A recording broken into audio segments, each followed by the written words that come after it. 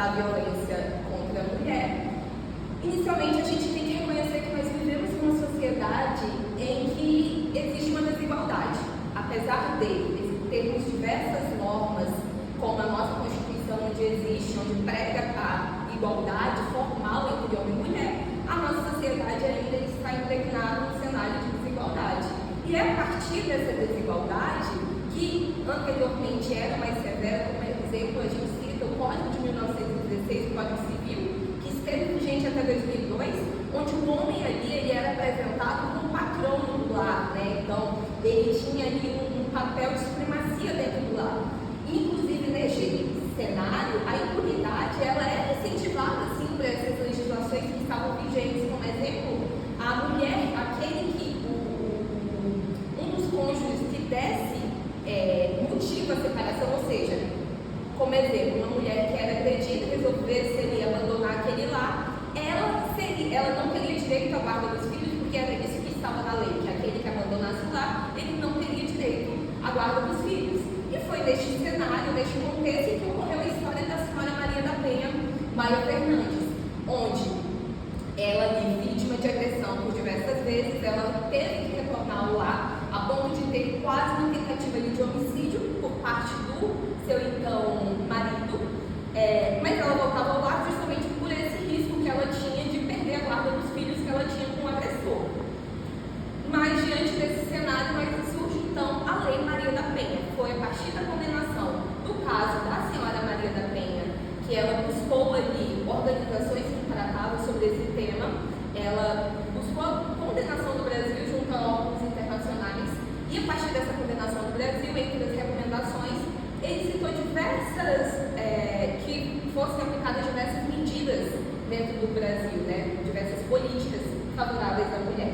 E uma delas foi, então, a implementação dessa lei,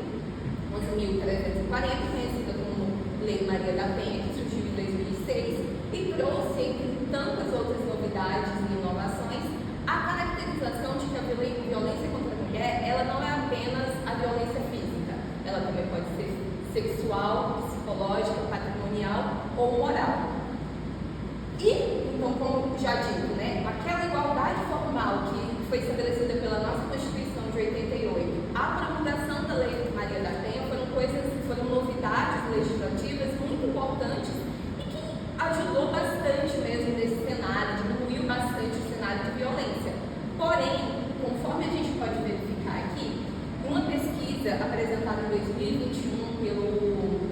Instituto de Pesquisa Econômica Aplicada, ele apresenta todo ano um Atlas da Violência. Nessa pesquisa foi apresentado que em 2021, 3.858 mulheres foram mortas de forma violenta no Brasil. Somando a isso, a gente pode verificar neste gráfico, nessa pesquisa realizada pela Data Senado em 2023, que em grande parte dos casos, mais de 50% dos casos, a vítima possuía ali uma relação conjugal com o autor das agressões ou tinha findado essa relação, ou seja, tinha um relacionamento íntimo com o agressor. Então, passando a falar das medidas protetivas, que também foi uma das novidades que a Lei Maria da Penha implementou junto ao ordenamento nacional, essa lei ela atua em 4 eixos, na questão da punição, da proteção, da prevenção e da educação. Essas medidas elas têm, em sua grande maioria, o fito de fazer com que o agressor cesse a violência praticada contra a mulher. E, dentre as medidas protetivas apresentadas pela legislação, algumas delas obrigam o agressor a se afastar da vítima, dos familiares, se afastar do lar, e até mesmo algumas medidas falam sobre a restrição ou suspensão desse agressor com os filhos que ele venha a ter com essa vítima. Inclusive, a partir de 2019 ou de 2018, o crime de descumprimento de medidas protetivas passou a ser criminalizado, né? A partir de uma edição foi feita a Lei Maria da Penha, inclusive este é o único crime que está previsto nesse diploma legal. Porém, ainda assim, como a gente vê, a lei ela avança, ela traz mecanismos, mas a gente vê que não é tão eficaz, conforme apresentado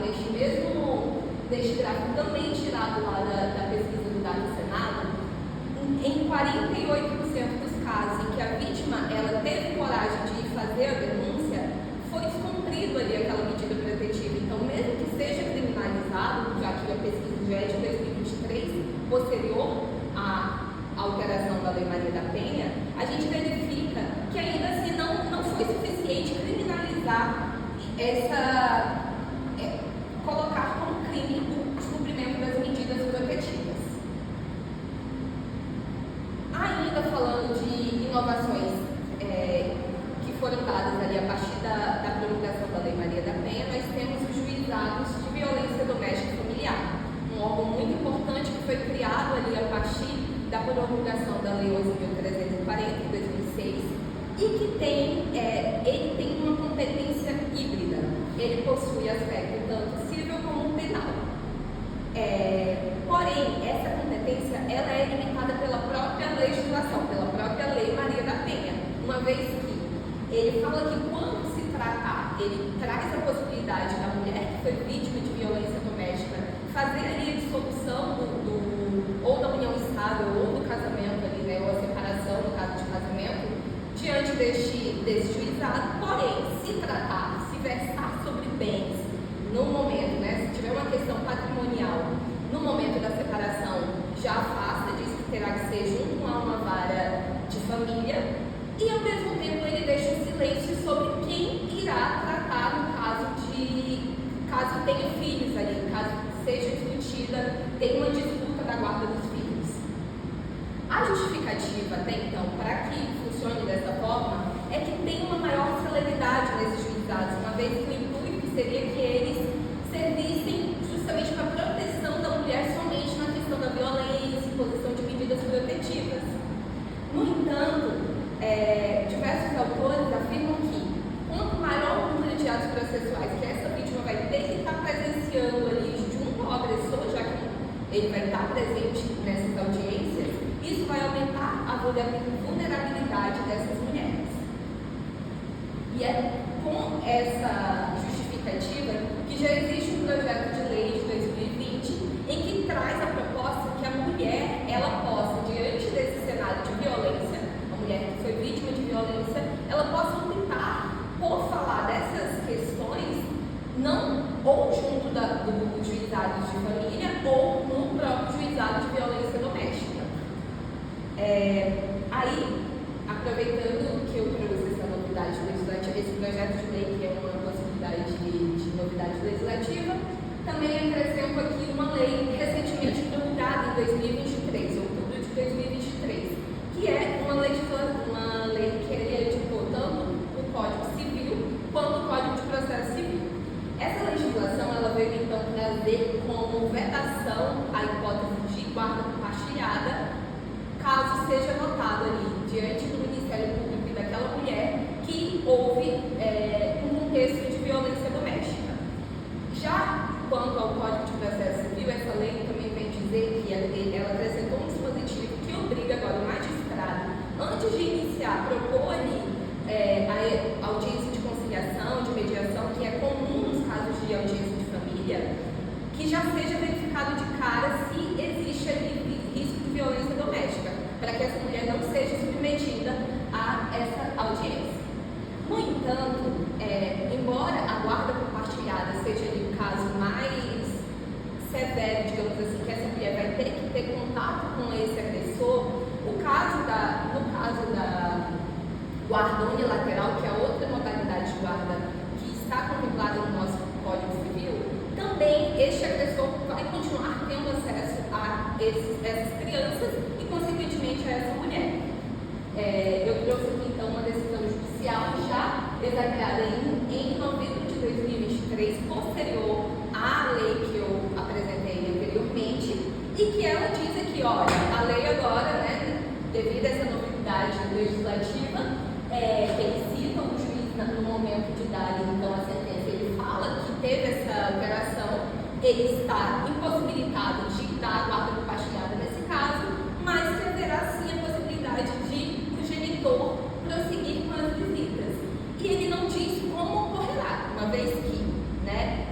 subentendido ali, uma das principais medidas protetivas diz respeito ao afastamento do agressor dessa vítima, como que será feito então essas visitas. E esse é um ponto que existe bastante controvérsia mesmo dentro dos órgãos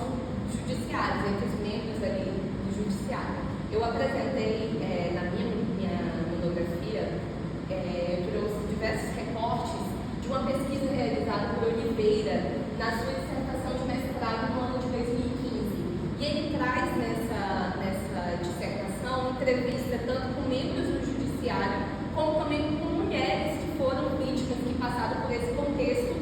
guarda dos filhos